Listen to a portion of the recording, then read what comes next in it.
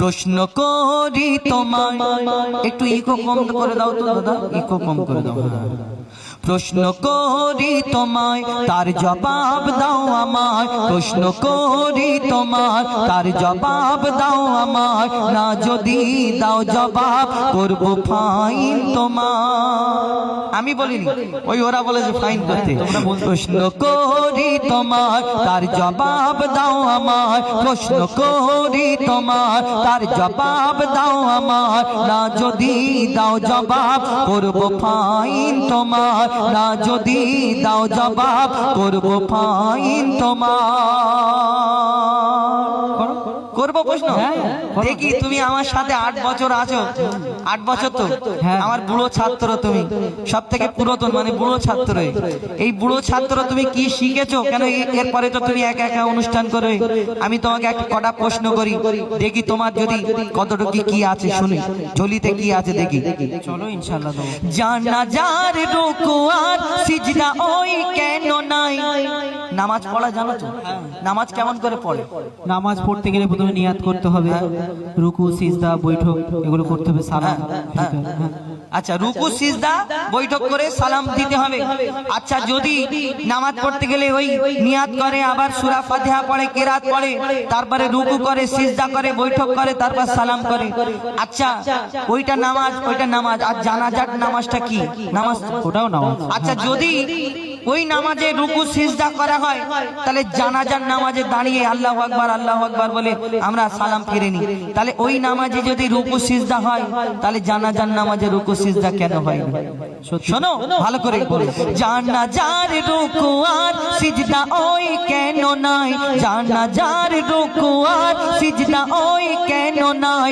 উত্তর কেমন দাও তুমি, দেখতে আজ আমি চাই। জানাজার রুকু আর সিজদা ওই কেন নাই? উত্তর কেমন দাও তুমি, দেখতে আজ আমি চাই।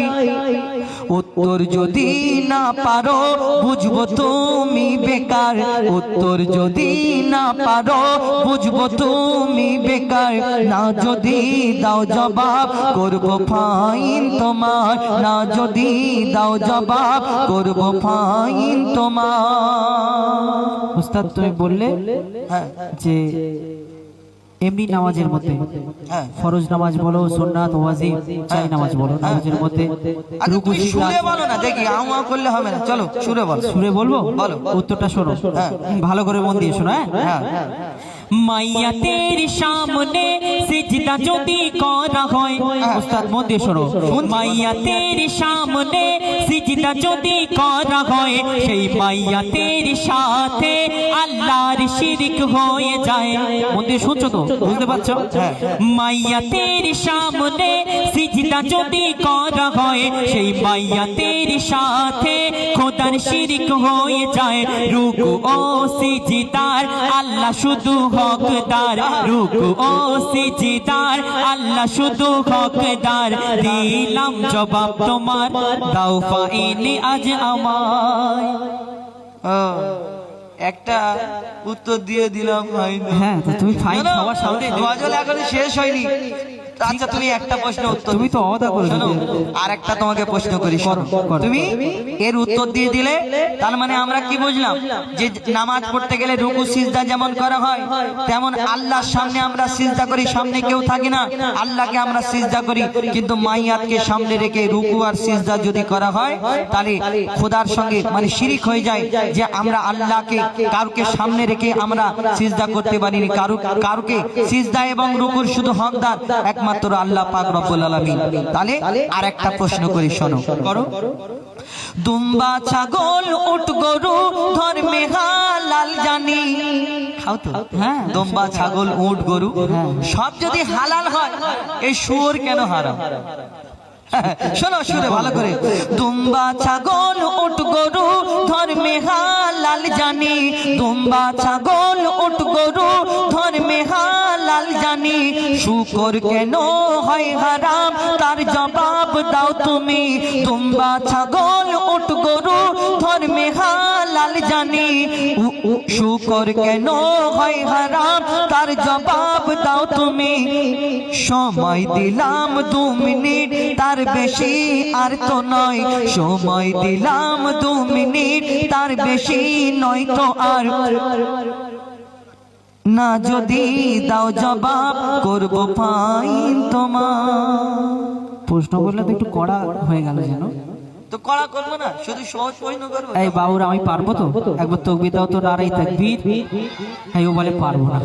আচ্ছা আমার দিকে ঝরে একবার তাকবীর দাও, ওদের গলায় দিন আমার জোরে করে নারাই তাকবীর। দেখেছো একবার দাও তো নারাই তাকবীর। ব্যাস, দেখেছো আসতে হয়ে গেছে। শোনো উত্তরটা তাহলে শোনো। তুমি বললে দুম্বা ছাগল উট গরু এগুলো ধর্মে হালাল, কিন্তু ওই শুকর কেন হারাম? হ্যাঁ, মন দিয়ে শোনো উত্তর আমি কি বলছি শোনো। বলো। শুকর হলো প্রাণঘাতী সব রোগের ভান্ডার। ওস্তাদ ভালো করে মন দিয়ে শোনো, শুকর কেন হারাম করা হয়েছে?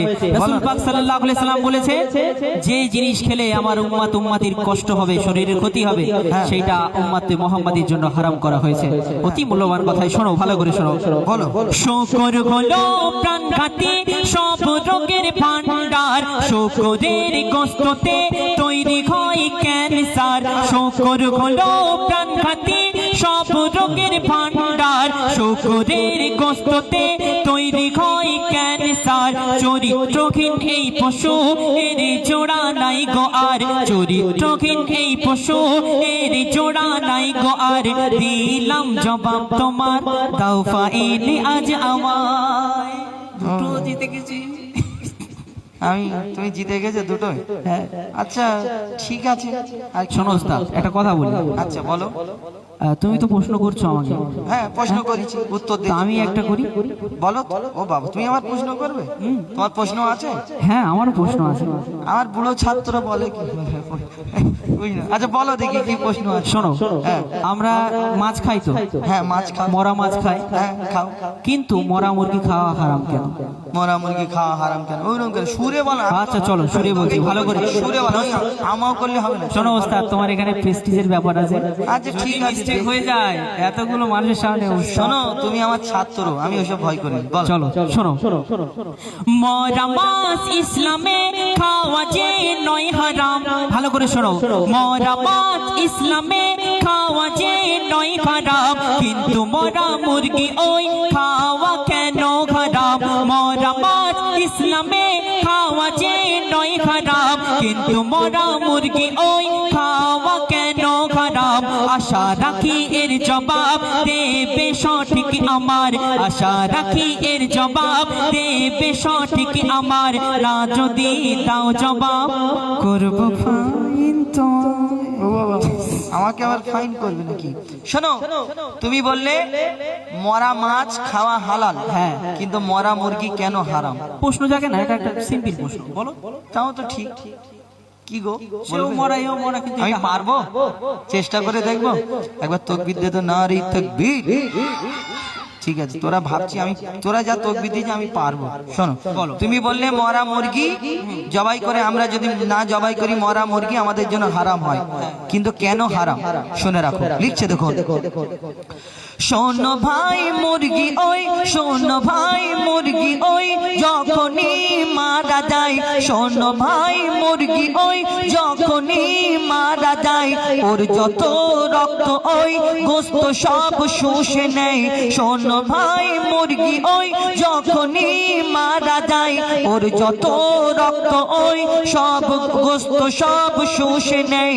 রক্তে থাকে জীবাণু, গোস্ত দূষিত হয়, যদি জবাই করা হয় রক্ত সব বেরিয়ে যায়।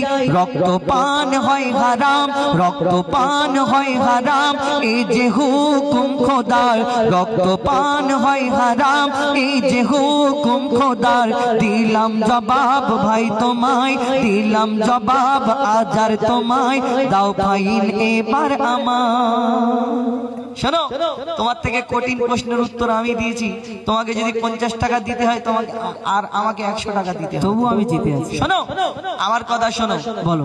যেই আমি বোঝাতে পারলাম কিনা, হ্যাঁ, আমি একদম। পাবলিককে একটু বুঝিয়ে দিই। বলো। যে আমরা মুরগি দেখবেন যখন কোনো হোটেলে যাই, আমাদের ওই হিন্দু ভাইদের দোকান যদি হয় বলে হালাল করা, এরকম হালাল করা মানে কি, এরকম জবাই করা।